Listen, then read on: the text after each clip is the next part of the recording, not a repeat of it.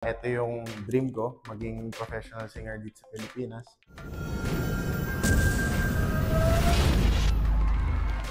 Hi Clash Nation, this is Nef Medina from The Clash Season 2 at nagbabalik sa The Clash 2025. So, ano ang 7 reasons kung bakit ako ang dapat manalo ngayong season?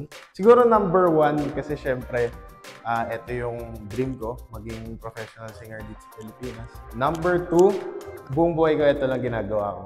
Passion ko talaga ang singing. Yun, thankful ako na makakabalik ako ulit. So, number 3, I believe na isa ito sa makakatulong sa akin para matulungan ko yung mga mahal ko sa buhay, siyempre, at yung magiging pamilya ko in the future. Number 4, so kaya ako yung dapat manalo kasi ang puhunan ko is yung raw na boses ko and yung soul ko sa pagkanta.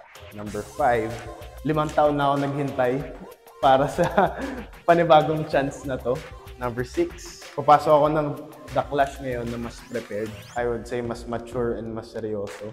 Number 7, ako yung dapat manalo kasi di ko kayo aatras ang lahat. Again, this is Nef Medina and see you sa loob ng Clash.